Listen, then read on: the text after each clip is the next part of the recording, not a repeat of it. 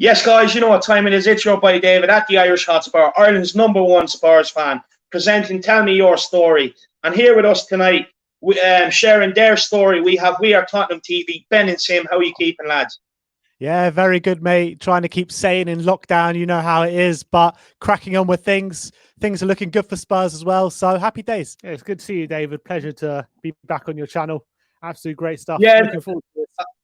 I have to say thanks very much for coming on, lads. This is a segment I'm really excited for. I'm really excited to hear your story as well. I'm sure so many others are. So look, we'll get straight into it. Look, lads, supporting Tottenham is a roller coaster.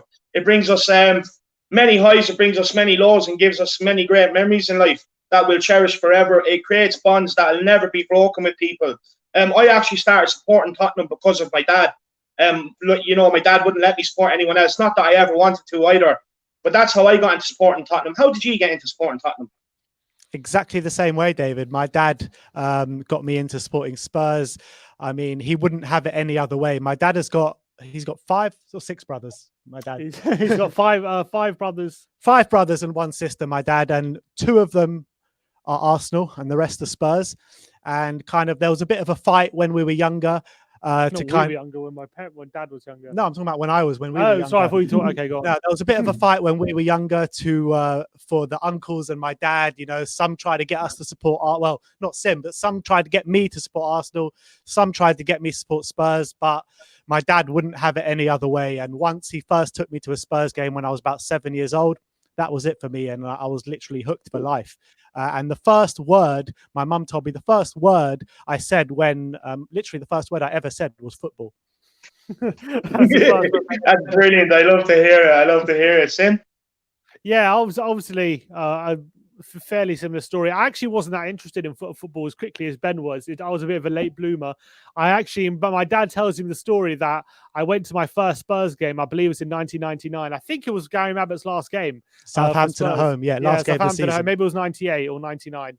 And he said I was sitting there reading the program all game. I never looked up at the pitch once. He said he thought I was never going to be into it. But I don't know what it was. Something in the last year of primary school. I don't know what it was, but something clicked in me, and all of a sudden I started falling in love with football, like out of nowhere, because I was more interested in animals and Star Wars and James Bond. That was my kind of forte. My mum used to say I used to creep around the house pretending to be James Bond, creeping around the corner. He was creeping around like this with a fake gun in his hand. Coming out from behind the couch, 007. And then I remember it so clearly. There was a moment that clicked for me. I remember we played Man United at home in 2003. I think United had to win to like pretty much wrap up the title or something, and it was on TV. And the game was about to start, and my mum and I was watching on TV. My mum comes in the room. She goes, "All right, we need to go shopping now. We need to go out." I was like, "No, I'm watching the game." My mum's like, "You don't even like football." And then it's like, "We're going shopping." I was like, then I started crying. I was like, "Oh, I think I do like football." Do I get no credit in this whatsoever? He tried falling in love with football. we tried. We obviously, me and Ben I forced it on him. We had rivalries in the garden. Obviously, we used to play 1-on-1 all the time. I was more of a keeper. Ben was more of a striker. Forced on keeper. I forced him to go in goal because I had no one to take better, lads? Who's better? It depends. Simeon's probably a better defender, but I think I'm a better striker. You'd rather have me in your team, put it that way. But he had more I was a luxury ability. player. Ben had more natural ability. They used to say, "Watch your ankles" when I was around. I used to kick everyone's ankles. I used to be a hard worker. Simeon was likened to Michael Brown if you ever saw him play for Tottenham. Yeah, I did. Yeah, I do remember Michael Brown. Yeah, Michael Brown. Who would you liken yourself to, Benji? I always likened myself to a David Ginola, Jermaine Defoe, a cross between the two. You know. Yeah. I like to think I'm a cross between Luka Modric and Robbie Keane myself. That's quite a big mix. Look, I'd be like Simeon. I like to get stuck in. I like to take people out of it. You know what I mean? I like to smash people.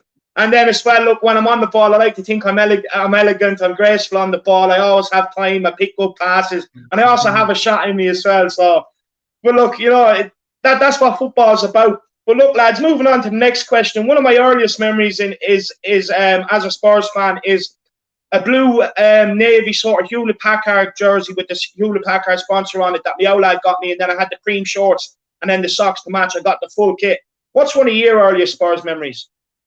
My earliest Spurs memory is probably the first game I went to. I mean, I remember being into Spurs earlier than that, but I don't remember too much details. I mean, the first Spurs game I went to was Spurs Man City at White Hart Lane. I remember Chris Armstrong scored the goal. We won 1-0. I was 7 years old.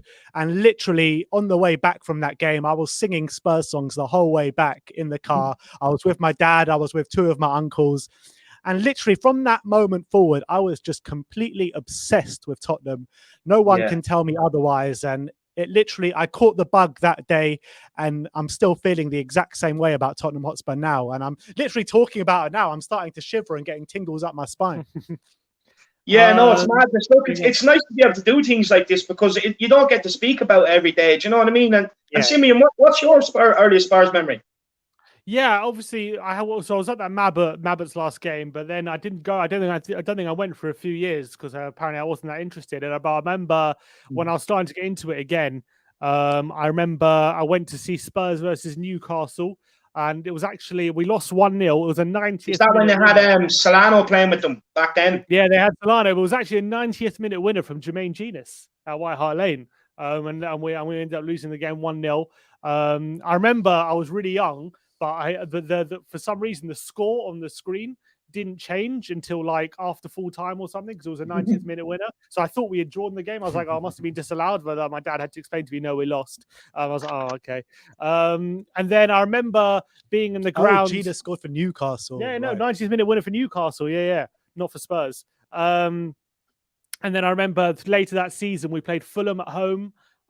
We drew 1-0, and Milenko Asimovic did one of the worst misses you'll ever see. I remember that so clearly. He was my favorite, like at that time, because it was like I was very early doors. He was one of my favorite players. I loved Asimovic, but he was remember terrible. That game sitting East Upper, yeah, looking over at that goal. Milenko, the ball comes into Milenko Asimovic.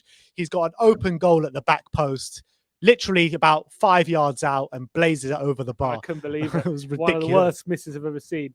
Those are some of the great early memories I have of going to Spurs. We were not very good those days. It's not like we enjoyed seeing us lift trophies or anything, but those are the look, lads. Do you know what I mean? I actually shared the heartbreak with you because I don't know whether you know this or not, but I actually used to live in England. I used to live in Croydon.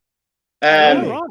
Yeah, when I was a youngster, I used to live in Croydon. And look, my old lad used to try and take me to the games.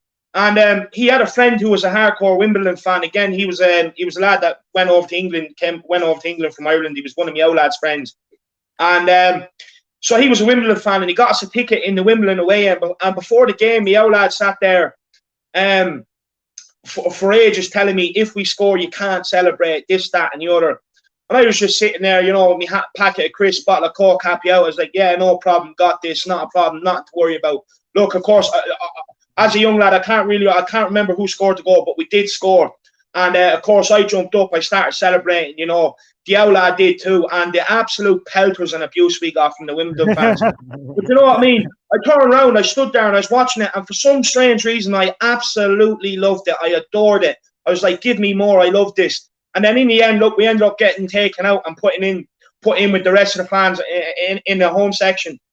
But look, that moment right there was the day I fell in love with Tottenham, and I knew I wanted to be a Yid. That was the day right there. What was the day you fell in love with Tottenham? Ooh. I think the day I actually fell in love with Tottenham was, like I said, the first game I went to.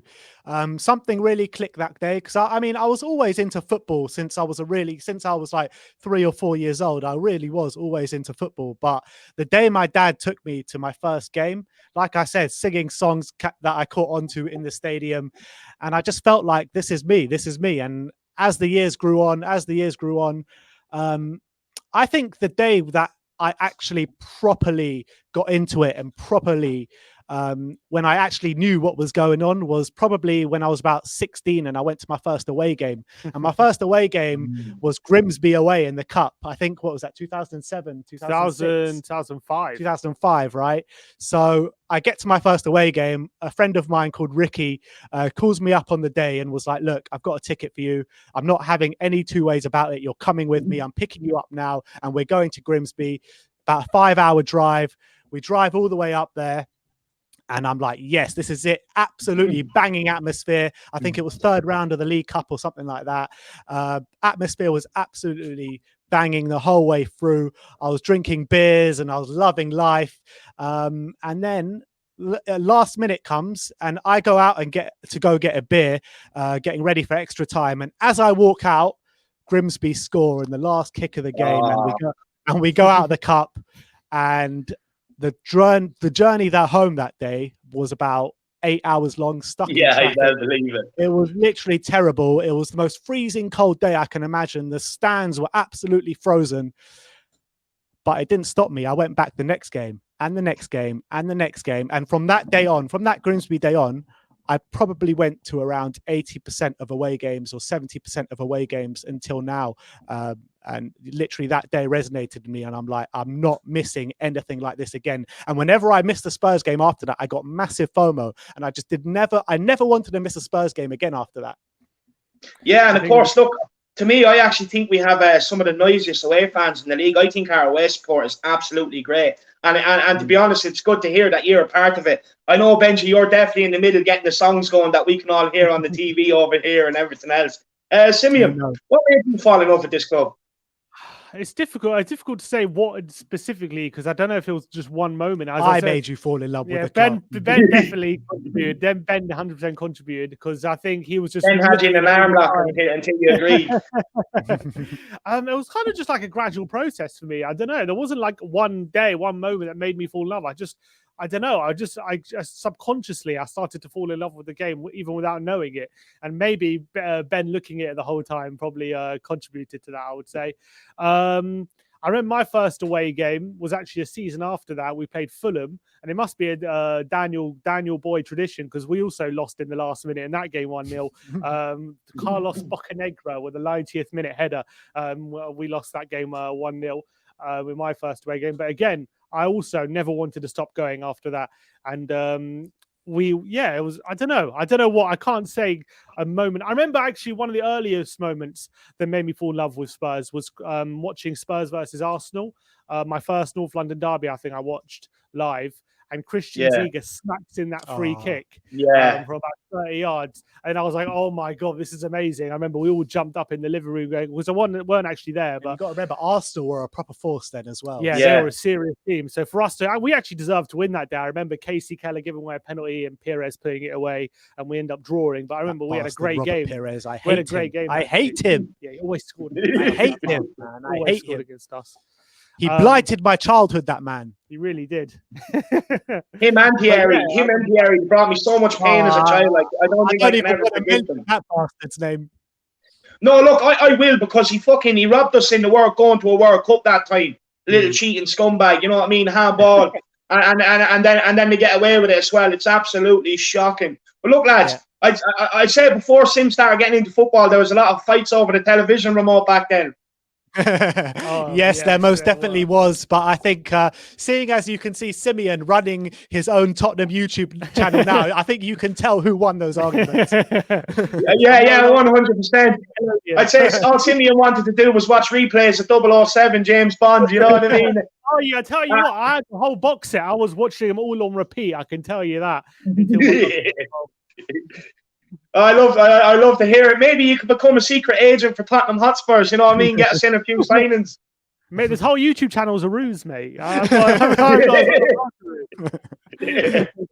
love to hear it. Look, lads, there have been many greats of the games, spanning many generations. You go back from, you have Jimmy Greaves, you have Ozzy Ardiles, Ricky Villa, you have Steve Perryman, you have Glenn Hoddle, Ledley King.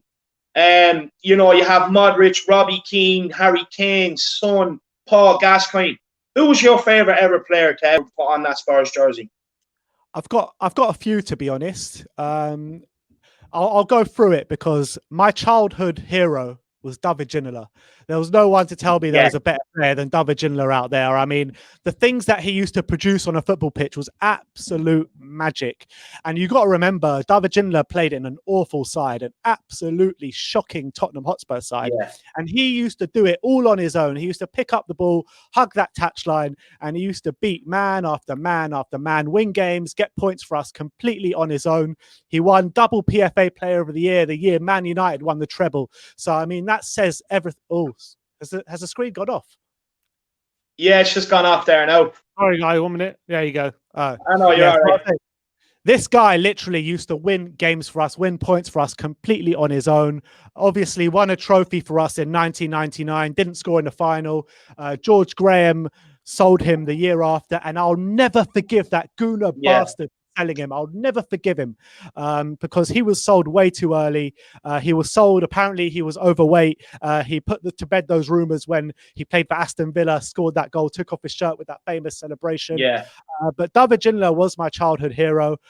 Moving on after that, I would probably say... Sorry, Benji, just before we move on from David Ginola, do you remember his goal against Barnsley in the FA Cup 99? He got the ball out on the touchline. Oh my God, what a goal that was. Absolutely brilliant. Had shades of Ricky Villa against Man City in that goal. Yeah. I mean, the way he just so majestically took it past the whole of the Barnsley team. You know, it took us on a massive run in the FA Cup that year as we lost in the semi-finals as well. But we did win the League Cup that year as well, so it wasn't the end of the world going out. But David Ginola, like I said, absolute hero for me. A couple of more heroes I want to talk about is Jermaine Defoe. He was one as well for me. Absolute sharpshooter finisher in the box. Probably did better for us the second time he came around as well. A few more heroes I want to mention. Gareth Bale, the first time we had him, absolute hero. The way he tugged that left hand. I had a thing about left-hand sided players because Jermaine Defoe used to cut in from the left-hand side. Yeah. Gareth Bale used to tug that left-hand side. And obviously David Ginola used to play on the left-hand side. But apart from them, I'll probably say Harry Kane and Heung-min Son as well, because them two right now, you got to say they're probably the best two in the world, or one of the best two in the world in their positions. So those kind of players were probably my heroes at Spurs. Yeah, 100%. I have to agree with you. I actually remember watching David Ginola down at the Lane. You know, I loved the guy. I even loved his long wavy hair. I loved it. I loved everything about him. He was such a specimen, to be honest. Defoe, yeah, look, he is. I love Jermaine Defoe. I have no problems with Jermaine Defoe, but for me, Robbie Keane edges it purely because he's Irish and he's given me so many great memories over there. You got to speak to this guy about, because me and him when we were growing up, he was always pretending to be Robbie Keane in the garden. Yeah. I was pretending to be Jermaine Defoe, and his hero was always Robbie Keane. Mine was always Jermaine Defoe. But there's one more player I want to mention, and that's Ledley King, because Ledley King's got to get mentioned in this, 100%. Yeah, 100%. I loved Ledley King as well. For me, he was an idol. But look, Ben, you can tell with your favourite players that you really are a flair player in real life. You're a real goal-getter. So, Simeon, because you said you're more of a centre-back, I'm expecting there to be a few defenders in this one. I mean, first of all, you got to say Harry Winks. Is definitely no. I'm kidding. My favorite player actually when I was younger, when I was in my first season, was actually Jamie Redknapp. I actually really liked it because I always liked a player who could take free kicks and have good long shots. I was always obsessed with that kind of player. But the first player I really fell in love with was Robbie Keane. I'm not just saying this because I'm on the Irish Sheed channel. Literally, Robbie Keane was my favorite player. The way he just played with the smile on his face, the tricky things he always did. He always had something clever up his sleeve. Yeah. He had like a tricks. The way he against Birmingham when he tackled the goalkeeper from behind, something I absolutely adored. Where he scored that amazing outside of the boot curler against Leeds in one of his early games for Spurs. One of the best goals I've ever seen. I still watch that game that day. I'm never bored of that goal. Such a good goal. Day. Darren Anderson's goal that day as well. Sheringham. Sheringham and Robbie Keane. He was the way he just ran around, always a nuisance for the opposition, and he always felt like even against the better teams, he always had something up his sleeve to pull us out of the bag. Even when we were the inferior team to someone, when you had Robbie Keane on your side, you felt like you could conjure up something, and more often than not, he did conjure up something. He was such a special player. Although it was very rare for us to win a big game back then. Yeah, I do remember one big game where he put Boularus on his backside. Against Chelsea. November. When the first time we beat Chelsea and however long it was. I mean, I remember that game so clearly. Robbie Keane running down the left-hand side, a shimmy left, a shimmy right, Boularus on his backside, crosses it in, a bit of a ricochet off the defence, and Aaron Lennon is in to score. But I remember that day, actually. I was in the train station after the game. First of all, the atmosphere at the Lane that night was absolutely... Yeah, I'd well believe it. Absolutely electric. I actually think that was probably one of the best atmospheres I've been in that night. And someone came up to me in the train station, White Hart Lane train station after that game, on his knees, tears rolling down his eyes, being like, I haven't seen us beat Chelsea since I was 12 years old. And that pretty much capitulated the whole day for me, because that was a special night. Yeah, that's madness. That's, you know what, that's a great memory to have, like your man coming up crying. Do you know what I mean? It's absolutely brilliant. Fair play to that Spurs supporter. It shows so much passion and love for the club that, you know, we beat one of our rivals and there's tears in his eyes. This is what this club can do to you. Do you know what I mean? But look, lads, we have had some great managers in the dugout over the years. Different styles, different philosophies, different personalities. You have Martin Jol, who I thought was a very good manager. I thought he was the one that kind of started putting Tottenham on the right path. You have Harry Redknapp. I used to love the guy. I absolutely adore Harry Redknapp. You have Pochettino. Absolutely adore Poch. And for me, Mourinho. You know I love this guy. In Jose we trust. But look, lads, who was your favourite manager ever to be in the dugout? Christian Gross. No, I'm joking. The first manager I proper fell in love with was Martin Jol. Yeah. I never thought I could love a manager. When Martin Jol got sacked, I was distraught. He got sacked halfway through a game. Yeah. I thought I could never forgive Daniel Levy for doing something like that. I was so angry and upset that day. I was there. Both of us were there that day, right? Against No, I actually wasn't. I was watching it at my friend's house. I remember. Well, I was there that day, and all the news started filtering through the stands. Everyone was getting texts on their phone, blah, blah, blah. The song Stand Up for Martin Jol, the whole of the second half, nobody cared about that football match anymore. Everyone was kind of singing the same way. Everyone was just looking towards Martin Jol. He was sat in his seat. He knew exactly what was going on. Those images of Martin Jol, even now, still make me a bit. Yeah, I know. When you see him cry, like I think it was a Europa League game. It was half time the war came out, wasn't it? Yeah, we lost the game in the end. It was. We lost that game, but nobody cared because everyone was just had Martin Jol in their thoughts. I mean, this was the first Spurs manager I proper fell in love with. When he got sacked, I didn't think I could love a manager like I loved him. And one of the things that really made me fall in love with Martin Jol was after that Pedro Mendes goal from the halfway line. Yeah. When obviously the goal that never was. And there was a press conference after the game, and Martin Jol goes, I went into the referee's office after the game, and I said to the referee, "Ref, can I call you a prick?" And and the ref goes, "No, of course you can't call me a prick." Then Martin Jol goes, "Well, I think you're a prick," and then walks out. No. You nearly got it right. What he said was, he goes to the referee, goes, "Can I call you a prick?" Referee goes, "No, you can't call me a prick." And then Martin goes, "Can I think you're a prick?" And referee goes, "Oh yeah, that was you it. can think what you want." He goes, "I think you're a prick." So I mean, that Martin Jol, and there are loads of moments, you know, that when he went head to head with Arsene Wenger, the last North London derby at Highbury. Apparently, a really cool story. Actually, he's got that picture of him going head to head with Arsene Wenger framed in his house. Love it. Martin Jol actually was a Spurs fan before he came to Spurs, and not many actually people know that. So he had Spurs in his heart actually before he joined Spurs. He was actually brought in to play second fiddle to Jack Santini when he came on. Yeah. And then as soon as Jack Santini got sacked, he was given the reins, and I think that was the best decision. But after Martin Jol, yes, I loved Harry Redknapp, but I kind of fell out of love with Harry Redknapp when he started going for that England job, because it kind of fell apart after. And then you never got the same connection with exactly. Jol. Exactly. The connection was never there. But Maurizio Pochettino, he was the manager that kind of trumped my love for Martin Jol. The things that Maurizio Pochettino did for Tottenham, the things that kind of his team, the way we played football, the kind of the way he kind of conducted himself as Tottenham manager, he got exactly what it meant to be Tottenham manager, just as Martin Jol did. I think those two managers really knew what it meant to be Tottenham manager. And those two are the real two managers that really hold that place close to my heart. I can't put Jose Mourinho just yet, because he hasn't done it yet as Tottenham manager. He hasn't been here long enough. But those two managers, Martin Jol, Maurizio Pochettino, are the two that I really hold close to my heart. Yeah.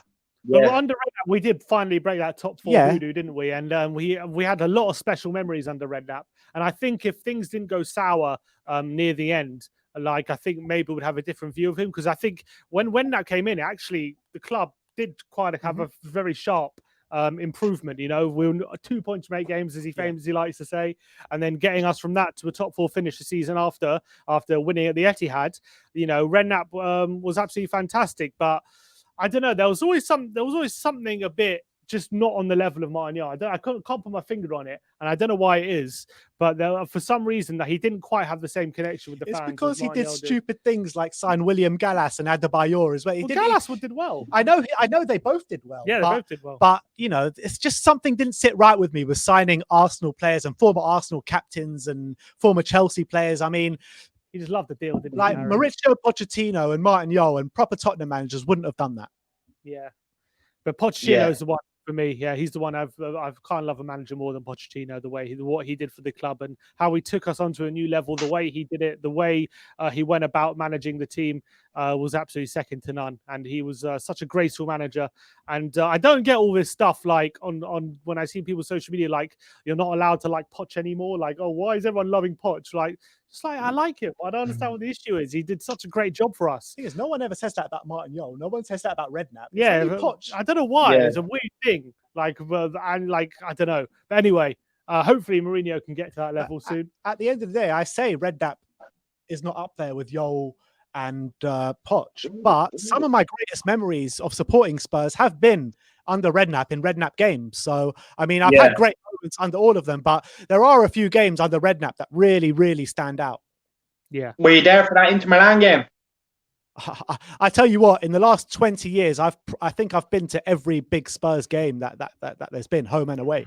So, I mean, I was there for them all. I was there at the Etihad, 1-0 crouch. I mean, that night was absolutely something else. I fell down about 10 rows. I got to Manchester so early, drinking all day in this Tottenham-owned pub.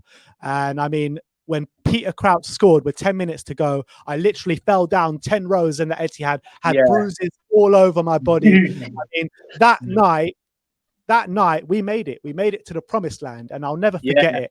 I'll never forget the atmosphere. I talk about that atmosphere at Chelsea, but it was a home game. The atmosphere at Eastlands that night was the best ever atmosphere I've ever been in. Better than Ajax. That brings back great memories, that City game. I was watching it on the couch in my mother's house, and I ended up letting go of the remote and ended up smashing the TV by mistake. So, look, I was delighted, but my parents weren't too happy, as you can imagine. And just on Martin Yeo, actually. On that one, just quickly, I was watching that with my dad. I remember there was one moment in the second half where I think Bale puts a ball across the face of goal, and like there's Peter Crouch at the back post sliding, and he just misses it. And I remember my dad was literally doing the sliding challenge for Crouch at the time. He literally goes and does a massive sliding challenge in the middle of the living room. My dad, I've never seen him do that before. He was like willing the ball to go in, and unfortunately, my Crouch and my dad both missed it. I absolutely love it. Look, Sim, hopefully he doesn't take after you, because then you'd be two-footing people around the sitting room. We don't want that. Flat screen, I can tell you that.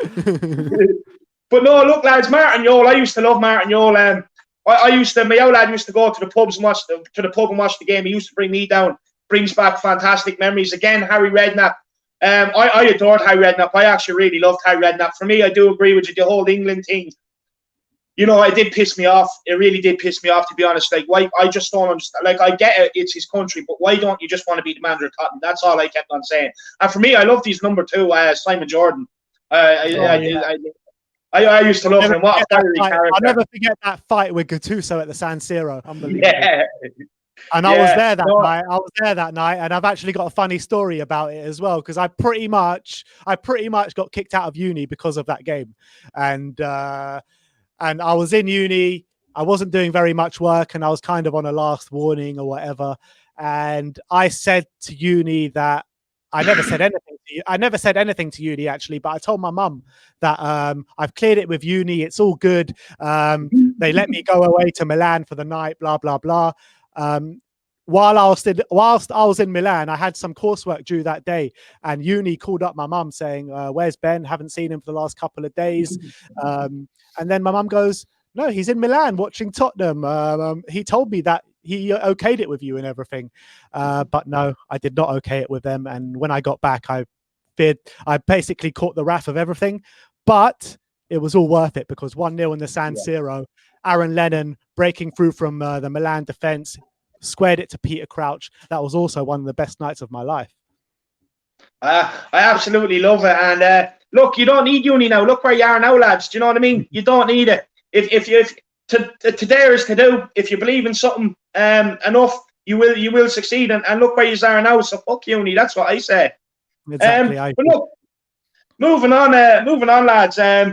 So Tottenham have been involved in many thrillers over the years. The semi-final 1-0 down after the first leg, 2-0 down at half-time against Ajax. You know, they're all having a good jolly up, rejoicing in a bit of Bob Marley. I do like a bit of Bob myself, but that wasn't the time.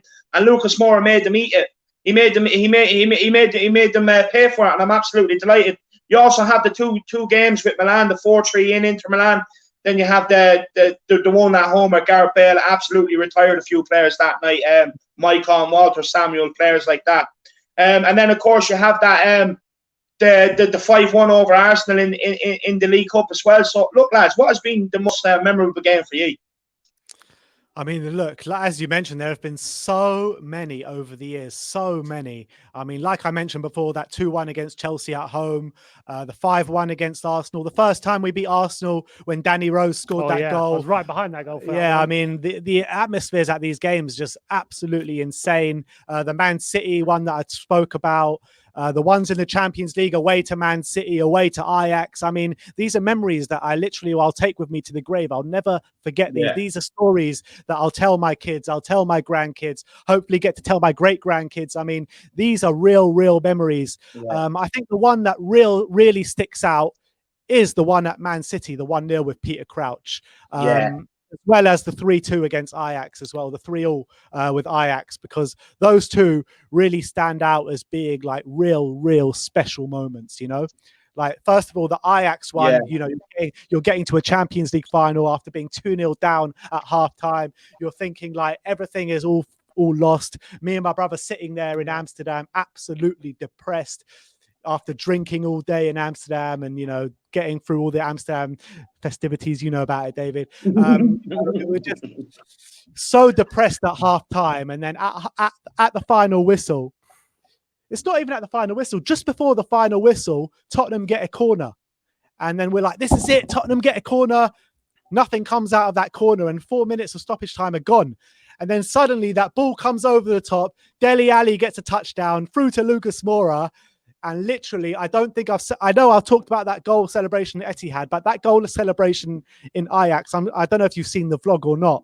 But yeah, I watched it. Don't worry about that. Simeon running around everywhere, me not knowing what's going on. The whole of the away end in absolute pandemonium, because you got to remember, Spurs fans don't really know what this is like. We don't really know like what it's like, defying the odds, getting to a Champions League final, the first time something like that has ever happened to us. And Spurs fans don't really know how to celebrate it. We're just like, what the hell is going on here? And it's just like, what is going on? Those two moments are probably the ones that really stick out, along with the ones against Arsenal, because any victory against Arsenal is up there for me. Yeah. Beautiful. But yeah, when Danny Rose scored that goal, that was a special one. One of the ones that really sticks out for me actually was I think it was probably one of the first great games I was ever been in attendance for, was 4-3 at Upton Park when Stalteri scored that last minute goal. Me, Ben, and my grandpa were in the away end for that one. And that was a really special game. I remember me and Ben had blue spray paint on our hair going to Upton Park. Obviously, we were teenagers then. And we were teenagers. And I think we travelled with my uncle who supports West Ham on my mum's side. And he was like, I think you want to have a hoodie or something because you don't want to be walking around with a blue and white spray paint, I can tell you that.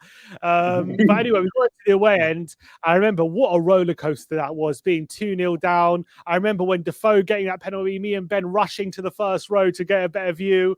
I remember at half time saying that Ben asked me, what's your prediction for the second half? I said, we're going to get it back to 2-2. Then West Ham are going to score a last minute winner. Well, I was nearly right, because West Ham scored, made it 3-2, and then all of a sudden Berbatov scores that free kick and Stalteri scored that goal. That was something really special. I really thought we were sending West Ham down that day. I've actually got a video from that game. From Defoe scoring the penalty? No, from after the game. I've got a video from my Nokia phone, Nokia camera Jeez. phone, like really, really old. Really, you could hardly tell out the images. It's so pixelated, but you can hear in the background at the final whistle. I think you can kind of make out Simeon going, like dancing around in a circle, going, and then you hear just a random person in the background going, "How the hell did we win that game?" And it's just so funny. You should put that up on your channel, lads. People would love that. Yeah, I'll try find it again, but it definitely happened. Yeah, it's absolutely brilliant. Yeah, so that was one of my earliest favorite games. I was in a pleasure of being in attendance. I think also for me, the game at the Etihad in the Champions League, the 4-3, that was one of the all-time great Champions League games in my opinion.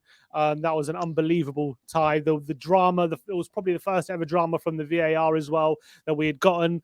I don't know if you saw the vlog from that. Simeon, that when the goal goes in, the Raheem Sterling's goal in the last minute goes in, Simeon just flops down into his seat and he's just looking like he just didn't know what to do in pure shock, even though he's been a Spurs fan for long enough not to be shocked by those moments. Before Eriksen to bloody play him through on goal, I was like, oh God, this is it.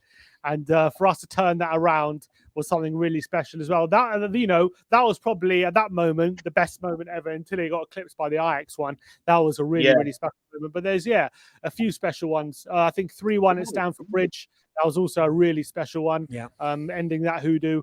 I haven't seen us win at the Emirates yet, unfortunately. I was there.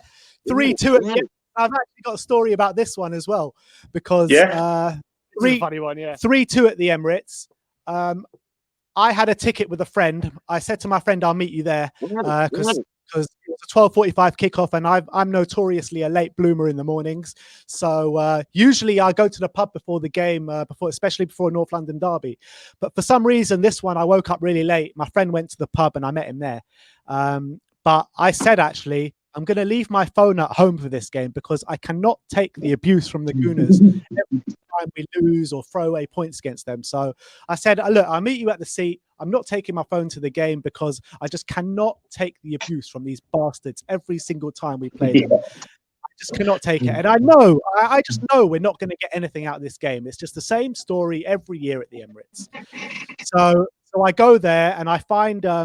I drive there because obviously I didn't go to the pub. I find this little car park at Arsenal. It's like basically someone's driveway where they've squeezed in 5 or 6 cars. I was the last car in, so I was blocking everyone from getting out the car park.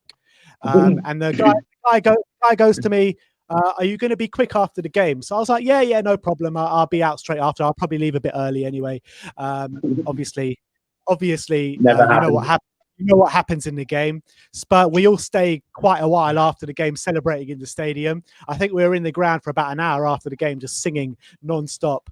I get to the car. I actually got lost after trying to find the car because I didn't know I couldn't find it. So I was probably about an hour and a half late back to the car.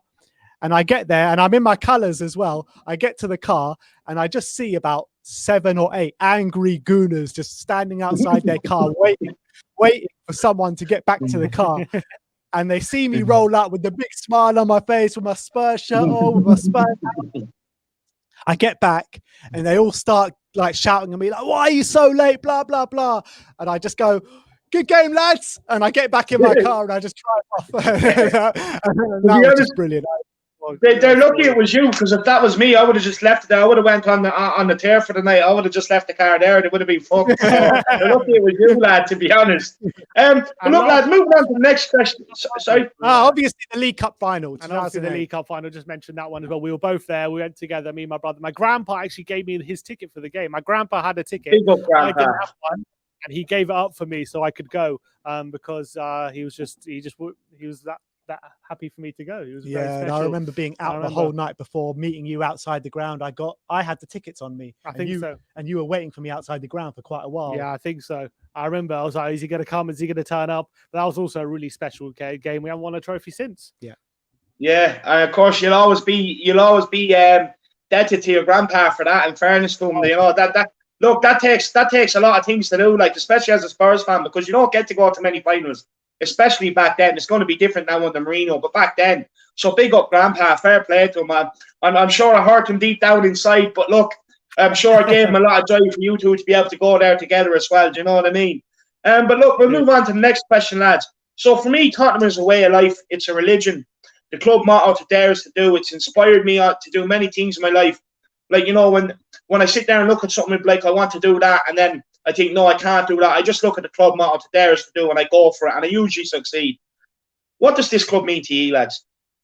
Look, it means absolutely everything. I think what it really means to me is actually family. I think that when I go to Tottenham, when I sit on the stands, it's a sense of belonging. And the reason I got into Tottenham was because of my family. And you know, my dad absolutely threw Tottenham on me. I absolutely threw it on him. And it's a whole family thing. And it's not just the family that kind of got me into Tottenham, but now when I go into the stands, how many friends I've made along the way. And I kind of see them as my extended family at Tottenham, because it's something that we all have in common. We all share the highs, we all share the lows. And going to Tottenham is literally just one big family feel. And you feel that everyone around you, you're all in it together kind of thing. And that's what it really means to me. It's like a family feel kind of thing. Yeah, it's all like experiencing like the highs and the lows together. Whatever happens, you're all in it together kind of thing. I remember going to my first ever game alone. I think it was against Newcastle or something. I remember I was going alone for the first time, and I was like, "Oh, am I going to enjoy this as much as going with my brother or something? Should I really?" Because it was one of those things where there was tickets available in the morning or something, and I didn't have a ticket. I was like, "Should I go? Should I just go?" So I went first time my own. And I was like, I wasn't sure about it. I was like, "Is this going to be fun?" Like, it's not the same as going with my grandpa. I remember as soon as I sat down, I was just chatting to the guy next to me. We're having a good thing. So all of a sudden, Spurs score. I start hugging everyone, hugging the person next to me, the person behind me, like everything. Like you just get friendly with everyone who's next to you or in the vicinity, because you're all Spurs fans. You're all there for the same reason. You're all hoping for the same thing, and you're all experiencing the same emotion. So it's just something of that collective that really drew me, and it's just something that also you could see as you could see the club grow as I was supporting Spurs as well. So I kind of got it at the time. I don't know. And I just got so drawn to it. I just got so addicted to the highs and the lows of what football can bring, because you have TV shows, right, and you have these things, the ending's already set, the things are already written. With football, you don't know what's going to happen. Whatever game it is, whatever it is, you just don't know what the ending's going to be. It's happening live in front of your eyes. There are very few things like that these days, where it's just happening right in front of you, where you don't know what's going to happen. And it's just something that I absolutely got addicted to. And with Spurs as well, I just think the ethos of the club, the way we do things, to dare is to do, is something I absolutely fell in love with as well. The way we can battle against preconceptions, and we can battle against the odds all the time, is something that I absolutely fell in love with. So Spurs is just in my heart, and it always will. It's not just that, it's also the way the fans are. Obviously we're the Id Army, and as me and Simeon are Jewish, so I really hold that as a badge of honor. I think I've explained it to you before, David, but I think that some people outside of Tottenham that are Jewish, yes, they will take offense to the word, but they don't get the true meaning of why Tottenham use that word. And the history lesson is that West Ham fans, Chelsea fans used to come over to Tottenham in the 60s and do the hissing sounds of the gas chambers and call us dirty ears or whatever. And we reclaimed that word. We made it our own. And that what makes me really proud is that the non-Jewish Spurs fans stood around the Jewish Spurs fans at the time and really said, look, we don't care what religion you are. We don't care what race you are. You are one of our own. We're all Tottenham fans. We're all as one here. And they stood behind them and they made them proud to be Jewish. And you know what I mean? Yeah. So that really makes me like really, really, really proud to be a Tottenham fan. And that's something you don't get at any other club. At Tottenham, everyone is accepted. It's not just Jewish, non-Jewish, whatever color you are, whatever anything you are, you're accepted at Tottenham. And that is a message for me that should be spread worldwide, not just within the Tottenham family. And a testament to that is my old lad is Irish, and living over in London in the 90s, he used to get a lot of stick just for being Irish.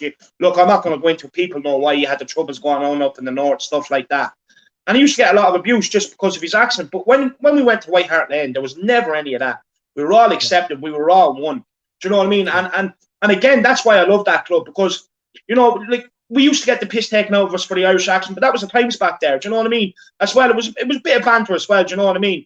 But When we went to Tottenham, there was none of that. It doesn't matter what religion, where you're from, colour, nothing. None of that matters. You're all one. You're all there. You're all a part of the Youth Army. And I used to love it. Like, I remember used to standing on the terraces there with thousands of other people chanting Youth Army. And I used to love it. For me, I used to see it as a badge of honour. It felt like I was a part of a massive family. And that's why I actually call my channel The Irish Youth. Obviously, look, I've changed it for various reasons. But, you know, look, yeah, I agree with you. I used to love it. And as well, like, just speaking with Simeon about jumping around with random strangers and going to a game on his own. Look, this isn't quite the same. But so when we moved back to Ireland, like, we hadn't been back over to England in about 15 years, 20 years. So it was nice for me to, so my old lad's 50th was coming up. So I brought him over for a game when we were in the league running that year with Leicester. We were playing Swansea at home. I think we won 2-1. And just to be like, when we scored and we scored the winner, just to see him jumping around with strangers and a smile on his face and looking like he was a kid again, enjoying himself, I absolutely loved it. I adored it. But look, lads, we'll move on. I have two more questions to ask you. So look, where do you guys believe it? I just want to make one more point on the previous thing.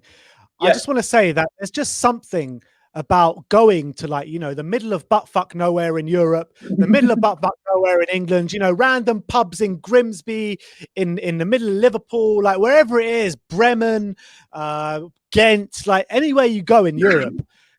And just, you know, seeing the same faces, that whole family feel that I talk about, and, you know, just seeing a random person shout Yid Army in the middle of Bremen, you know what I mean? That's just something that really, really touches me over there. And that is reason why I'm really proud to be a Tottenham fan as well.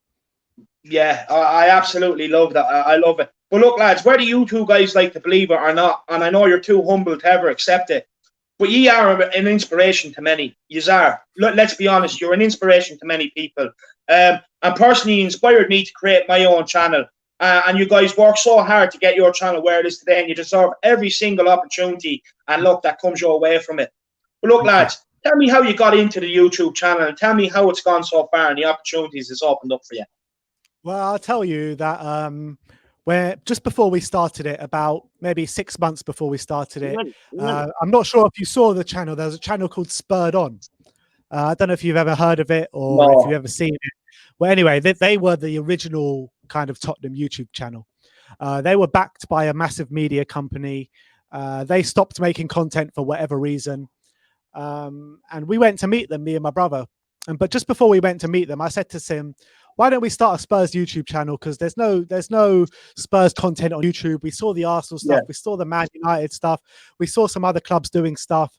But Spurs didn't really have a place where fans could air their opinions or anywhere that you could see good Spurs content, really. So me and my brother had a conversation. None of us had ever touched a camera before or been in front of a camera before. So we thought we would go speak to Barnaby, who was the guy who was running that Spurred On channel. For whatever reason, we never started it with him or carried on their channel. I remember it being Burnley away. Burnley away was the next game after that. And I said to Sim, look, let's go. Let's do a vlog. Let's see how we go. We didn't upload it. We didn't even end up uploading it, but we did it. And we thought, you know what? This could have some legs to it. So the next game after that was Watford at home, last season of White Hart Lane. We won 4-0 that day. We made a vlog with Grandpa in the car. And I remember that day. And from then on, we just carried on making content. We never actually had a plan like, oh, we want to get to this many subscribers. We want to do this. We want to do that. It started off as a hobby, really. Yeah, it started off as a hobby. We both had other things going on in our lives. And kind of, it just went from there. We never really had a plan. Like I said, we'd never had a camera in front of us. We'd never worked with a camera before. We never even knew kind of how to upload a video to YouTube. We didn't know anything, literally. And it kind of went from there. And kind of the rest is history. We had to learn on the job, really, kind of thing. We thought we were so passionate about Tottenham. What could we do with that passion? What could we do? Such a part of our lives, Spurs. We wanted to kind of like share that in a way and kind of connect with other Spurs fans as well, which was a really big part of it. And I felt like there wasn't really an authentic voice for Tottenham fans in terms of proper match-going fans who season ticket holders, who I felt like you know, because this previous channel, they were kind of just like personalities kind of thing. They were people who were trying to get into the YouTube business. They were people trying to make a name for themselves. That wasn't kind of our goal. Our goal was just to be mad about Spurs, talk about our love of Tottenham, and talk about our opinions and everything, and just a vessel for our passion, really, somewhere to channel our passion into, which is what it is. And then since starting the channel, it's just gone on for strength to strength. I remember it wasn't even a year into us doing the channel where we got the chance to interview Gary Lineker, for example, which was a massive moment. That was an absolute dream. I was thinking, like, wow, a few months of making this channel, I'm already sitting next to people like Gary Lineker. Like, this is unbelievable. Absolute dream. We got to meet. We've met some unbelievable legends. We've met Ledley King a couple of times. We've met, Paul Gascoigne, Keith Birkinshaw. We've met loads of legends. Glenn Hoddle, Glenn Hoddle. We've met. We met a couple of times. Like, the places it's taken us is something we've never dreamed of. You know what I mean? The people that we've met are absolutely endless.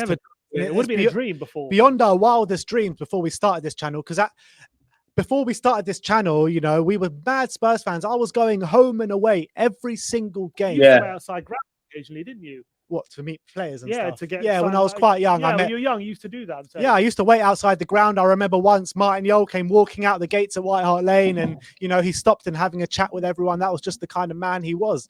And I was going home and away every single game for years and years before we started the channel. And I think it even shows to everyone out there that we are definitely Spurs fans before we're YouTubers. And I know you can't really say the same for some of the kind of, I'm not saying Spurs YouTubers, but some of the other football YouTubers out there. I think you can tell they kind of want to be YouTubers before they're football fans. Yeah. But I think it's quite clear to see that our passion lies with Tottenham and not with kind of creating content. But since we've started the YouTube channel, yes, creating content has become a passion of ours, but Tottenham will always be our number one passion. Yeah. 100%. Yeah, absolutely love that. And like I said, lads, you inspire many, so don't stop anytime soon. Keep putting out the videos. And look, it was never in question that you're passionate before Spurs, before you even started YouTube. That was never even a question. And like I said, you've inspired many people like myself. Do you know, you've probably started to inspire too many now. Do you know what I mean? But look, it's a testament to you, lads. And honestly, keep it going. Honestly do. And look, for me, Tottenham is for me, one of my most cherished memories is being able to jump around at White Hart Lane with my father, with my friends, do you know what I mean? And stuff like that. And it's a question I like to end on. I like to finish on. What is your most cherished Spurs memory? Most cherished Spurs memory. You know, there was one moment when back in 98 or 99, my parents took me and Sim and our whole family to go stay in the same hotel. This was a good story. Same hotel as the Spurs players. They were playing Leeds away, and we went up to Leeds. I must have been how old was I? 99 or wherever it was. I can't remember. Yeah, maybe 98, 99. So I was like 7, so you maybe 10 or 11. Yeah, so at that time, we went to stay in the hotel of all the Spurs players. And, you know, David Ginola was there. We met David Ginola. My mum had like a handheld camera at the time. And David Ginola was like, wow, a handheld camera. Like, he really wanted to know more about this camera. I remember Dad saying, hey, Jose Dominguez. Yeah, and it was just, we've actually got a video of this somewhere. I need to dig it out somewhere. We need to find that video. That content is absolutely amazing. I remember George Graham was the manager at the time. And there was actually a funny story where me and Simeon were causing mischief around the hotel that night. And we were pissing off one of the waiters doing room service that night. And he stupidly told us he was about to go to David Ginola's room to deliver a bottle of wine or something. So obviously, we snuck and hid behind like a corner and followed him round to David Ginola's room. And then he got a proper earful from David Ginola for seeing us creep round the corner and kind of spying on him in his room. But look, that was a good memory. But I think the memory I cherish from going up to Portsmouth. Going up to Portsmouth in my grandpa's car, in his convertible. That's a long old drive. Yeah, and look, and who pulls up next to us in the car? Sol bloody Campbell in his range. Exactly, Judas. He was playing for Portsmouth at the time, and we were standing up in the car and giving him the old finger, chatting abuse. We're in a convertible, so we could stand up. And we're like, "Oh, well, what's that? What you got, mate?" I hope Grandpa was giving him stick as well. Yeah, well, Grandpa was trying to drive the car. It was like a red light, so like Sol couldn't really do much. And we were just like giving him reviews. And Sol was there that that was a great moment as well. I think the moment I cherish the most is actually the last game of White Hart Lane. I really wish I could redo that day, because the one thing I regret big time about that whole day is not getting on the pitch. I mean, I know we were sitting up a tier. I still believe to this day that we could have got on the pitch that day. I blame Simeon, but at the end of the day, it wasn't meant to be. But I really think that day really holds a special place in my heart. I think that's the day I probably cherish the most. That or seeing us win that trophy in 2008. Yeah. It's difficult again, because obviously me and Ben have very similar memories of cherished moments because we were together all the time. But yeah, I would say the winning the cup in Wembley back in 2008, that was a really special moment for me personally. I think also one also unbelievable moment was beating Madrid at Wembley. That really I thought took us onto a new level. You thought like one of those moments where you thought, what the hell was going on? What has my club become when you're beating Madrid 3-1 at Wembley? 3-0 up against Real Madrid. Yeah. Oh, my eyes deceiving me. That's awesome. Quote from Ben. But yeah, seeing us lift a trophy was something really, really special, especially against a team like Chelsea, who we were massive underdogs at the beginning of the game. It really was one of those moments like where we flip for the odds. And to see Woodgate put that header in extra time, I thought Spurs were the better team that day as well. So that was something really, really special. That was one of my most cherished moments. On that 2008 Carling Cup, actually. So where I live in Ireland, there's a small town in Kildare called Kilcullen. And it's weird because at the time, at one end of the town, you could only get Sky. And up the other end of the town, you could only get Chorus. So my old lad was too mean to pay for Sky back then. So so basically, because Chorus was cheaper and he wanted Chorus, but he couldn't get Chorus. So he got the hump. He was too mean to pay for the Sky. So it meant we couldn't watch the final. But then my uncle up the other end of the town, he had the Chorus, so it was great. So then just before kickoff, my old lad brought me up to watch the game because I was moaning about it. And just to see that extra time winner go in by Johnny Woodgate, the header, and then the three of us jumping around like lunatics, it was an absolute amazing moment. But look, lads, thanks very much for giving up for your time today. I really do appreciate it. I'm sure the Harris Army out there and anyone else that tunes in will really enjoy this. Giving the story behind you, letting people see a lot more behind. But a lot more of you basically off camera and your memories and everything else. It's been a pleasure. Thanks very much for this. Thanks for having us though on, David. It's always a pleasure having you on our channel, and it's always a pleasure coming onto your channel as well. Yeah, I remember the first time we ever had David on, we were like, this guy's quite funny. Yeah. We should have him more often. And now here we are, David. That was at the back end of last season, right? Yeah. In lockdown. Yeah, we were doing our phone in from our house. Yeah. Yeah, literally. Yeah, I think the first one I was on was Newcastle. We had a game against Newcastle. Yeah, that was 1-3-1. it. And now you're a staple of the channel, David, and we're happy to have you. It's really been great getting exactly. to know You're you a household name on We Are Tottenham TV. It's now. absolutely fantastic. And how old are you, by the way, David? I can't quite get how your age. Yeah, no, I'm 29. Wait, do you think I was older or younger? I thought you were younger. You look all right for your age, I feel. But cheers, I'll take that, lad. It's all the moisturiser. It's good stuff over there. But no, look, David, it's really been great having you on the channel. I'm looking forward to what we're going to provide together in the future in terms of content. And I'm honoured to be on your channel today. And thanks for having us on. Yeah, absolutely. No problem at all. Humble as always, lads. I absolutely love it. And look, if you enjoyed today's content, it's kept you entertained during the out lockdown. Make sure you hit that like, smash that subscribe. Thanks very much to the Harris Army tuning in and everyone else. Until next week, in Jose we trust. Come on, you Spurs. Come on, you Spurs.